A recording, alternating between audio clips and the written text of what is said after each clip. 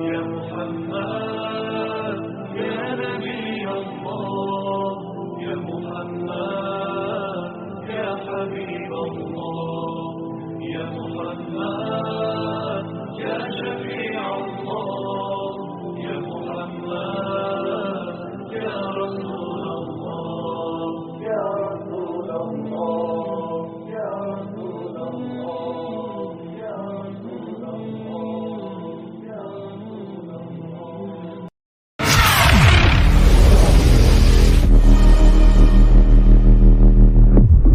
This is my revert story. So I was born in the UK. My parents didn't believe in God.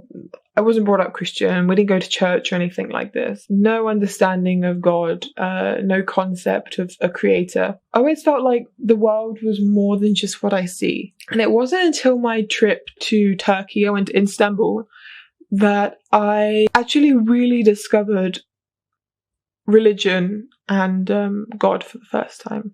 So I went to Turkey by myself. I was traveling and I stayed in a hostel.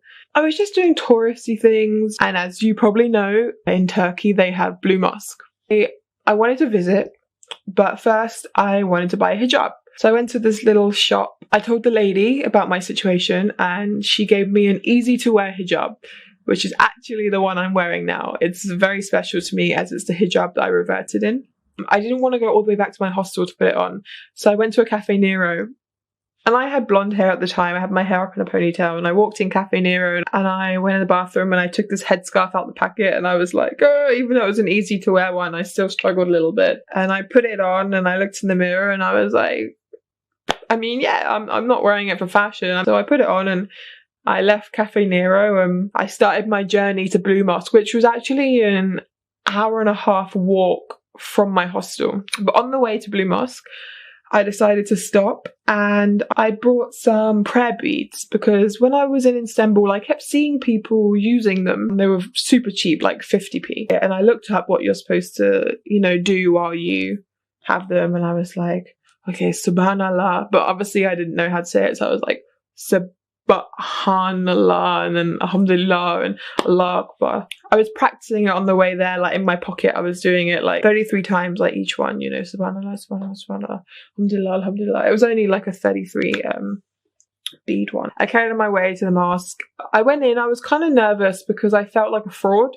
Because obviously I wasn't Muslim, I was just wearing a headscarf and I thought, oh, what if people think I'm Muslim and they start saying things to me and then I don't understand and then I'm going to be embarrassed, and I started overthinking it. I didn't actually go in the area where people go to pray because I didn't know how to pray, I didn't know anything about that. So I just sat down on the floor and I just did my beads and I sat there for probably around an hour.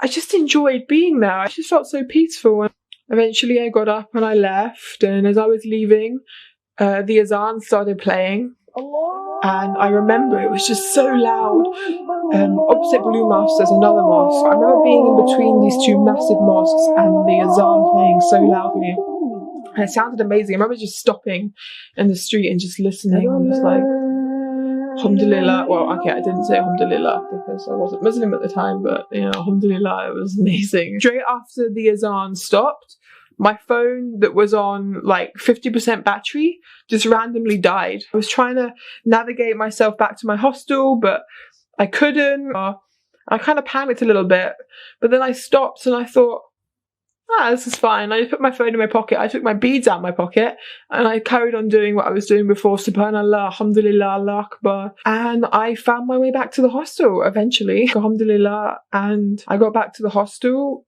and I picked up a English translation of the Quran that was in the hostel and I started reading it. I guess everything went from there really. After that day I probably took my hijab off like once or twice because I wasn't Muslim. No, I just enjoyed the feeling of wearing it. I mean, astaghfirullah, I didn't dress exactly like amazingly before I reverted. The idea of dressing modestly just seemed so nice to me. That kind of humility or, not showing off all the time.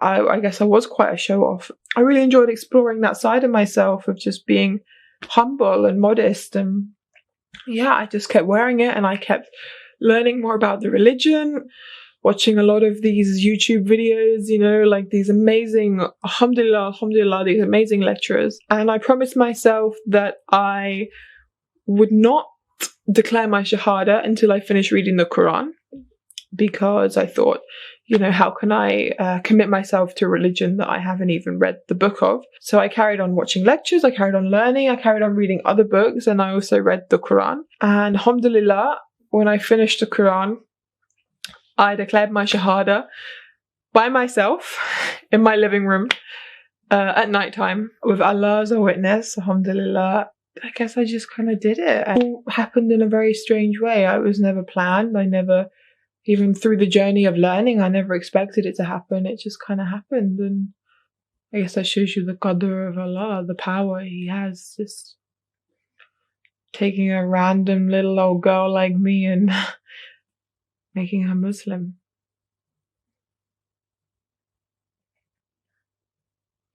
Alhamdulillah. So that's my story. Maybe it's interesting, maybe it's not. I don't know. But thank you for listening anyway. This is my first video of, inshallah, more, where I just want to talk about what I'm learning, what I'm experiencing. Inshallah, I'm starting my Arabic course in September, which I'm going to do for 2 years.